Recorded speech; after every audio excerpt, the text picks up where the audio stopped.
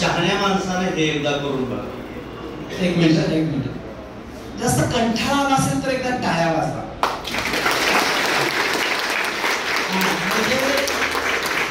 आपल्याला कल्पना झालंय तुम्हाला कंठाळा आले.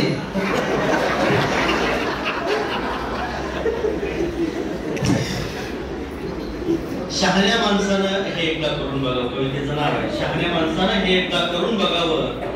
बायकोला खुश ठेवायचं तर सासूरवाडीचं नेहमी कौतुक करावं. शहाण्या माणसानं हे एकदा करून बघावं. सासू येऊ द्या, सासरा येऊ द्या, मेहुणा येऊ द्या, मेहुणी येऊ द्या, वाटलेच तर त्यांची शेजारी सुद्धा येऊ द्या. एक दिवस नाही 4-4 दिवस राहू द्या.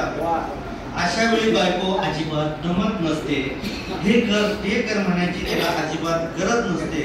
आपोआप नवीन पदार्थ नवीन प्लेटा मिळतात. बजेट थोडं वाढलं हरकत नाही. बायकोच्या रेसिपीज तरी कळतात. पाहुणे कधी जाणार अजिबात बोलू नये. पाहुणे कधी जाणार अजिबात बोलू नये. बायकोच्या परवानगी शिवाय दोन सुद्धा बोलू नये. अशा वेळी नेहमी बायकोच्या तालावर डोलावं. अशा वेळी नेहमी बायकोच्या तालावर डोलावं. अहो एवढंच काय सासूरवाडीच्या कुत्र्याला सुद्धा आहो जावो बोलावं. मग बघा कसा बायकोचा चेहरा कसा फुलासारखा फुलतो. मग बघा बायकोचा चेहरा कसा फुलासारखा फुलतो. आपल्यालाही थोडा मग आधार वाढतो. तुम्हाला पटो अथवा न पटो हे एकदा करून बघावं. बायकोला खुश ठेवायचं तर सासूरवाडीचं नेहमी कौतुक करावं. आता प्रत्येक गोष्ट तिला विचारून केलेलीच बरी. तिला प्रत्येक गोष्ट बायकोला विचारून केलेली बरी.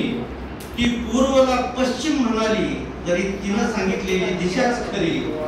बाजारातून वाचलेली चिल्लर सुद्धा प्रामाणिकपणे तिला परत द्यावी. बाजारातून वाचलेली चिल्लर सुद्धा प्रामाणिकपणे परत द्यावी.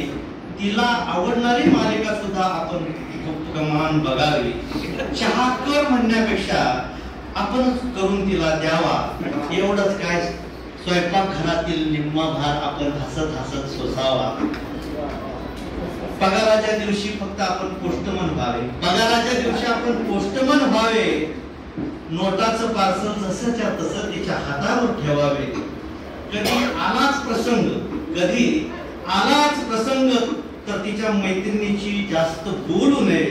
एवढंच काय तिच्या समोर कुठल्या नटीचं कौतुक सुद्धा करू नये. तिनं केलेल्या भेंडीच्या आमटीलाही